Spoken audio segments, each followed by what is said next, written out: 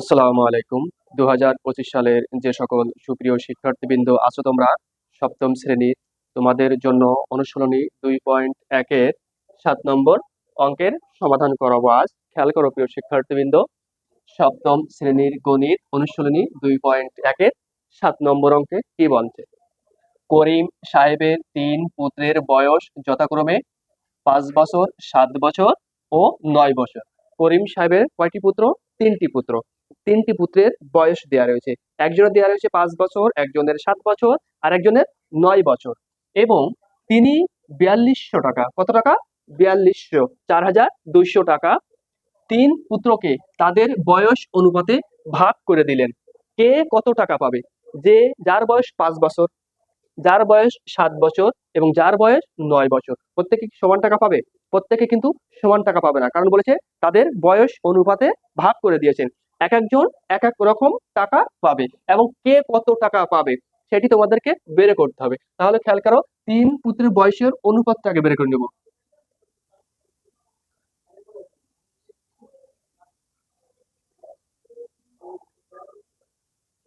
মনে করি 3 পুত্রের বয়সের অনুপাত,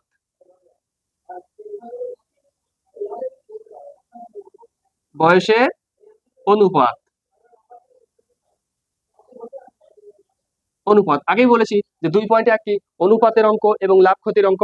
তাহলে এখানে 5:7 অনুপাত 9। তাহলে 3 পুত্রের বয়সের অনুপাত তৈরি করে নিলাম। এবার যেহেতু এখানে 4200 টাকা আছে, তাহলে 3 পুত্রের ওই যে বয়সটা আছে ওইটাকে আবার আমরা টাকায় অনুপাতে বের করে নেব। তাহলে টাকার অনুপাত, 3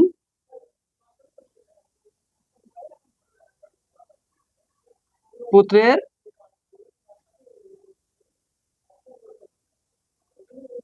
টাকার অনুপাত, টাকার অনুপাত ওই একই আসবে, 5:7:9। এটি 3 পুত্রের বয়সের অনুপাত তৈরি করে নিলাম, 3 পুত্রের টাকার অনুপাত বানিয়ে নিলাম। এবার কি করব? এই অনুপাতগুলোর যোগফল বের করব। কি করব? অনুপাতগুলোর যোগফল বের করব। তাহলে অনুপাতের যোগফল,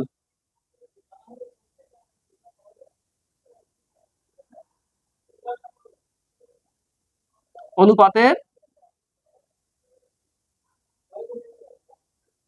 যোগফল ইকুয়াল এই 5+7+9 ইকুয়াল 7 5 কত হয়? 12, 12 আর 9 কত? 21, 21 বছর। তাহলে তাদের অনুপাতের যোগফল কত? 21। এরপরে খেয়াল করো, যেহেতু 3 পুত্রকে ভাগ করে দিয়েছেন, কত টাকা? 4200 টাকাকে 3 পুত্রকে ভাগ করে দিয়েছেন। তাহলে প্রথম পুত্র পাবে, যেহেতু 3 পুত্র, তাহলে এটি প্রথম, এটি দ্বিতীয় এবং এটি তৃতীয়। তাহলে প্রথম পুত্র পাবে,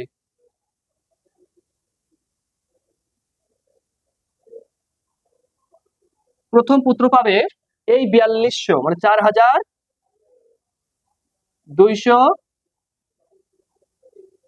এর এই যে 5 দেখতে পাচ্ছ, প্রথম পুত্র যেহেতু 5, 5 তাহলে হবে কি? লব হবে। আর এই যে অনুপাতের যোগফল, এটাকে হর বানাবো। তাহলে 5/21 এবং এই 42-এর সাথে এই 21 কাটাকাটি করব। তাহলে 21 কে 21, 21 দুকোনি কত হয়? 42। আর এই 2 শূন্য এখানে চলে যাবে এবং এই 200-র সাথে এই 5 কি হবে? গুণ হবে।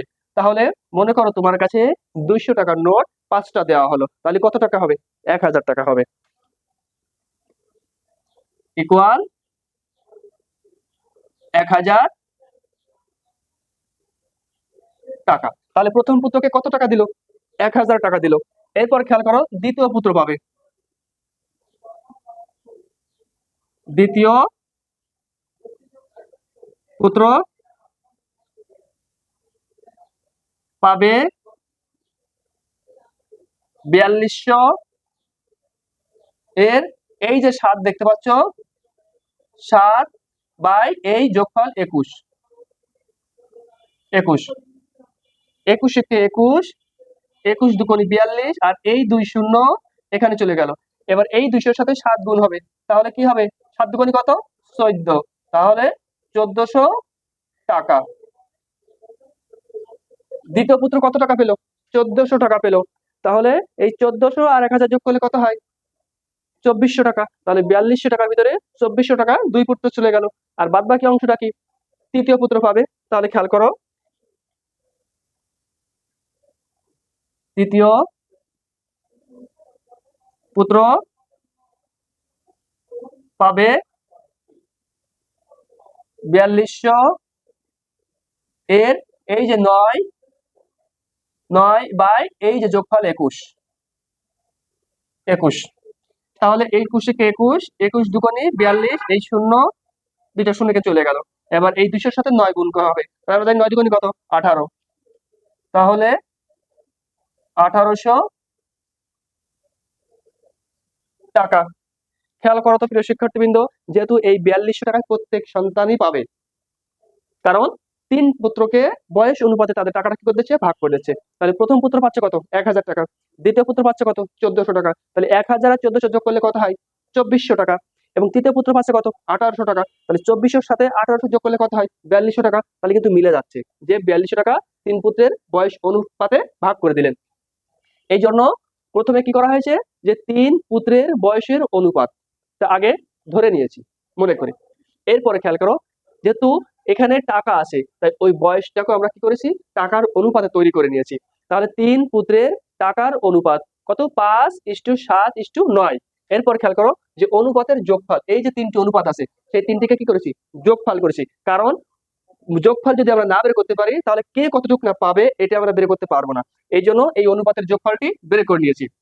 এরপরে খেয়াল করো, তাহলে প্রথম পুত্র পাবে কত টাকার ভিতর থেকে? পাবে 4200 টাকার ভিতর থেকে। ও 5/21, কারণ এই যে প্রথম পথে ইয়ে ছিল কত? 5, আর যোগফল কত? 21। তাহলে এখানে বসালাম 21 কে 21, 21 দুগুণে কত হয়? 42, আর এই 200 এখানে বসলো, আর এই 200-র সাথে 5 গুণ করলাম, তাহলে 5 দুগুণে কত? 1000 টাকা। তাহলে প্রথম পুত্র পাচ্ছে কত? 1000 টাকা। দ্বিতীয় পুত্র পাবে ওই 4200 টাকার ভিতর থেকে তো পাবে না, বাইরে থেকে পাবে, আর ওই 4200 ভিতর টাকায় পাবে। তাহলে 4200 এর দ্বিতীয় পুত্র কত ছিল? 7, 7/21, 21 কে 21, 21 দুগুণে কত হয়? 42, আর এই 2 শূন্য এখানে চলে গেল। তাহলে 7 দুগুণে কত? 14, তাহলে 1400 টাকা। দ্বিতীয় পুত্র কত টাকা পাচ্ছে? 1400 টাকা পাচ্ছে। এরপরে আসো তৃতীয় পুত্র পাবে, তৃতীয় পুত্র তো ওই 4200 টাকার ভিতরেই পাবে না বাইরে থেকে পাবে? কারণ ওই 42 টাকার ভিতর থেকেই পাবে। এই জন্য 4200 এর 9/21, কারণ তৃতীয় পুত্র বয়স কত? 9 বছর ছিল। আর অনুপাতের যোগ কিছু কত? 21, 3 জনের। যেহেতু 3 জনকে ভাগ করে দিচ্ছে, এই জন্যই এই 3টি অনুপাত যোগ করে নিতে হয়েছে। তাহলে 42 এর 9/21, 21 কে 21, 21 দুগুণে কত হয়? 42, আর এই 200 এখানে চলে গেল। 9 দুগুণে কত? 18, 1800 টাকা। তাহলে অতএব প্রথম পুত্র, দ্বিতীয় পুত্র ও তৃতীয় পুত্র পাবে 1000, 1400, 1000:1400:1800 টাকা, যেহেতু অনুপাতে ভাগ করে দিতে বলেছে। তাহলে এই গেল প্রিয় শিক্ষার্থীবৃন্দ সপ্তম শ্রেণীর গণিত অনুশীলনী 2.1 এর 7 নম্বর অঙ্কের সমাধান।